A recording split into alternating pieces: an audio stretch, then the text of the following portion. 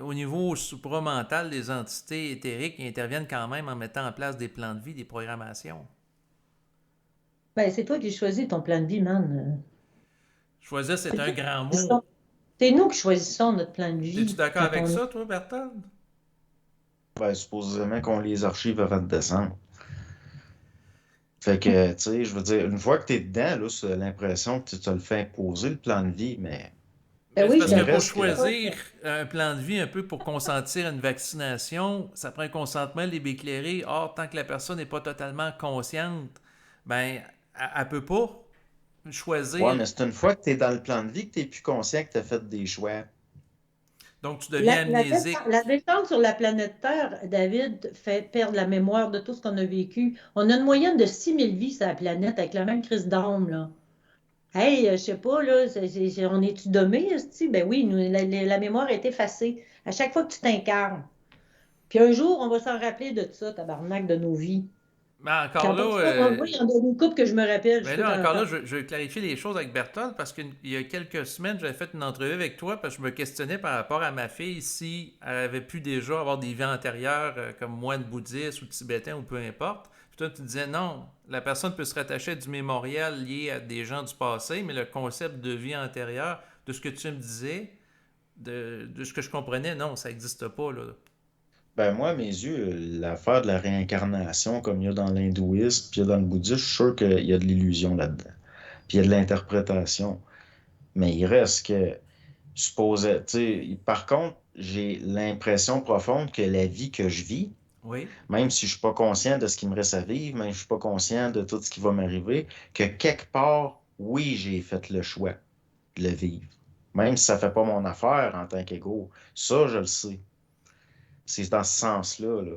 Mais les affaires de vie antérieure, comme on voit chez dans l'hindouisme ou dans le bouddhisme, ça, je crois pas à ça. Pour moi, ça, c'est de la spiritualité. On mécanise. Moi, je l'ai vécu, Berthold, puis je sais que ça existe. J'ai vécu Ouais. dans cette vie-ci des connexions avec des gens que je savais que. Mais, un exemple. Je suis allée à Hydro-Québec International, je reçois des gens du Sénégal, puis un monsieur qui je croise, il me Mhm. regarde, je le regarde, puis je sais qu'on se connaît. Ça reste de même pendant des semaines. À un moment donné, il vient vers moi, puis on se jase un peu, puis il me dit, c'est étrange, hein, j'ai l'impression vraiment de vous connaître. Ce Mais monsieur-là, c'est ça. moi, mais je sais que C'est pour je sais que ça, c'est ben, étrange. moi, j'ai aussi vécu des expériences de même, mais le problème, c'est que j'y crois Non, ça, plus ou moins, là. c'est pas Dans nécessaire. le sens que il y a des fortes sympathies, puis on dirait que c'est lié à de l'énergie. Puis après, quand que ça nous passe là, après ça, on va donner des formes comme ça, mais c'est un peu comme les, euh, comment qu'on appelle ça, là, les synchronicités Ah, significatives. oui, donc. Bon, ben, si je mets des cylindres à l'horizontale sur une table avec une planche, puis que je mets un paquet de métronomes, puis que là, je les pars toutes, ils vont finir par être parfaitement synchronisés. Dans le fond, il y a des lois de l'énergie qu'on intellectualise. C'est pour ça, je suis Ouais. jamais sûr. Tu sais, je veux dire, j'ai fait des rêves, j'étais petit, puis je faisais des rêves, j'étais en Perse, puis je veux dire, c'est des affaires que je connaissais pas, ou bien je rêvais que j'étais dans certains coins de l'Asie, ou des affaires. Puis par après, je me disais, est-ce que j'ai capté des mémoires ou si c'est moi qui l'ai vécu déjà? Mais est-ce que c'est moi qui l'ai vécu déjà? Je veux dire, en tant qu'égo, non. Donc, c'est lié à de la mémoire de l'âme, peut-être, ou à de la sympathie vibratoire avec de l'information, mais j'ai jamais été sûr. J'ai jamais été sûr et certain, je suis pas capable. C'est pour ça que les réincarnations, je pense que ça existe, mais j'y crois pas. Correct. Pas grave. Mais si Fait on prend la que c'est chose un peu comme. autrement, C'est pas important tant que ouais, ça. Oui, dis Ah David. c'est non. ça, mais j'allais dire, si on prend la chose autrement, il y a certaines personnes qui vont parler du concept de vie parallèle. Ouais. C'est-à-dire, c'est pas nécessairement toi en tant qu'ego sur le plan linéaire, mais c'est que ça peut être ton âme qui va se rattacher à d'autres êtres, que ce soit dans le passé, dans le présent ou dans le futur, qui fait que tu pourrais intercepter de l'information comme si on pouvait être plus facilement connecté à certains éléments plutôt que d'autres qui nous renouveleraient en information ou en impression déjà vue.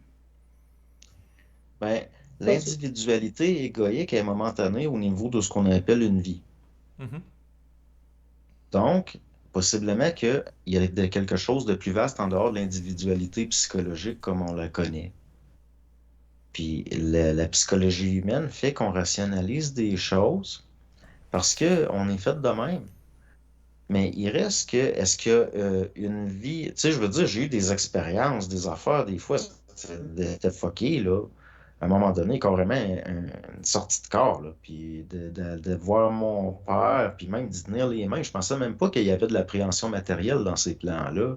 Je pensais même pas que c'était proche de la matière à ce point-là. Puis là, tu te rends compte du monde mort, puis ils boivent du vin, puis ils fument. Mhm. Ça m'avait marqué, là. Puis là, aujourd'hui, encore aujourd'hui, je me dis, est-ce que je suis allé dans l'astral pour vrai? Est-ce que je suis allé dans le séjour des morts pour vrai? Je suis pas sûr. J'ai aucune certitude sur rien. Je peux pas croire à rien. Parce que, dans le fond, je le sais pas. Je suis Mhm. pas sûr, puis je vais tout le temps avoir une espèce de... Parce que, il y a tout le temps quelque chose en moi qui me dit, je me suis fait manipuler.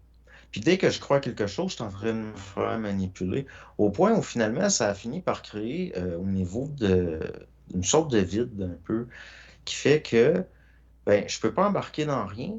Je peux pas embarquer dans rien. C'est comme la réincarnation. J'ai regardé les différents systèmes, parce que là, bon, les Sikhs, par exemple, comme les hindouistes croient à la réincarnation, mais c'est un petit peu différent de la façon qu'ils voient ça.